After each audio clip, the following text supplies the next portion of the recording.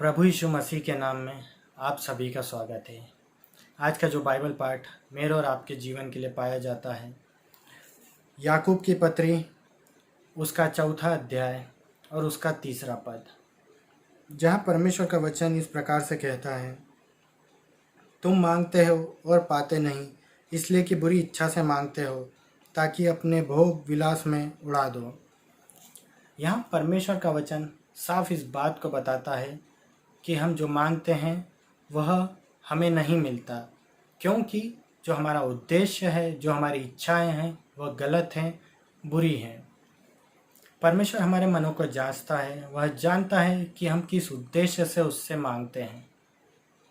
हमने बचपन से परमेश्वर के वचन को सुना है और पढ़ा है, और हम इस बात को जानते हैं कि राजा सुलेमान ने परमेश्वर से बुद्धि और ज्ञान मांगा था। लेकिन उसके पीछे राजा सुलेमान का क्या उद्देश्य था, क्या हमने इस बात पे कभी मनन किया है? आइए हम परमेश्वर के वचन से देखें कि राजा सुलेमान ने किस उद्देश्य से परमेश्वर से बुद्धि और ज्ञान मांगा था। उसके लिए हम परमेश्वर के वचन से निकाल लें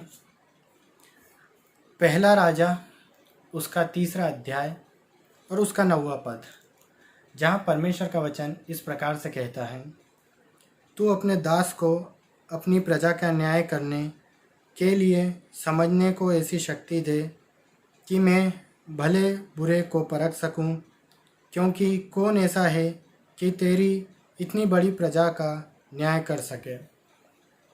राजा सुलेमान का जो उद्देश्य था बुद्धि और ज्ञान मांगने का, वह परमेश्वर का वचन बताता है कि उसने परमेश्वर की प्रजा के लिए उस बुद्धि और ज्ञान को मांगा था, ताकि वह परमेश्वर की प्रजा का ठीक तरह से न्याय कर सके, उनकी उन्नति कर सके और उनकी भलाई कर सके।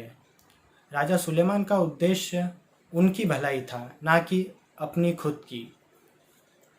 और इसी बात से प्रसन्न होकर परमेश्वर ने उसे बहुत आशीष दी। इस बात का वर्णन हम इतिहास की पुस्तक में भी देखते हैं, और वहाँ पे विस्तृत रूप में बताया गया है कि परमेश्वर ने राजा सुलेमान को इसके बाद क्या उत्तर दिया। आइए हम उस उत्तर को भी पढ़ें और समझें। परमेश्वर का वचन 2 इतिहास उसका 1 अध्याय और उसके 11वें पद में, आइए हम देखते हैं क्या कहता है। परमेश्वर ने सुलेमान से कहा, तेरी जो ऐसी इच्छा हुई, अर्थात तूने ना तो धन संपत्ति मांगी है, ना ऐश्वर्य, और ना अपने बेरियों का प्राण, और ना अपनी दीर्घायु मांगी, केवल बुद्धि और ज्ञान का वर मांगा है, जिससे तू मेरी प्रजा का, जिसके ऊपर मैंने तुझे राजा नियुक्त किया है, न्याय कर सके। परमेश्वर यहाँ प्रसन्नतापूर्वक इस बात को कहता है कि तूने मेरी प्रजा के लिए बुद्धि और ज्ञान मांगा है। यहाँ परमेश्वर सुलेमान के मन को जांचता है और देख लेता है, परख लेता है कि उसका जो उद्देश्य है वह सही है और उचित है। क्या मैं और आप परमेश्वर से बुद्धि और ज्ञान दूसरों के लाभ के लिए मांगते हैं, अर्थात दूसरों की उन्नति के लिए मांगा है कभी हमने? क्या हमने कभी परमेश्वर से यह वरदान मांगा है कि हमें पवित्र आत्मा का वरदान दे, ताकि जो बीमार लोग हैं, जो दुखी हैं, लाचार हैं, पिता परमेश्वर हम उन्हें चंगाई दे सके, हम उनकी सहायता कर सके?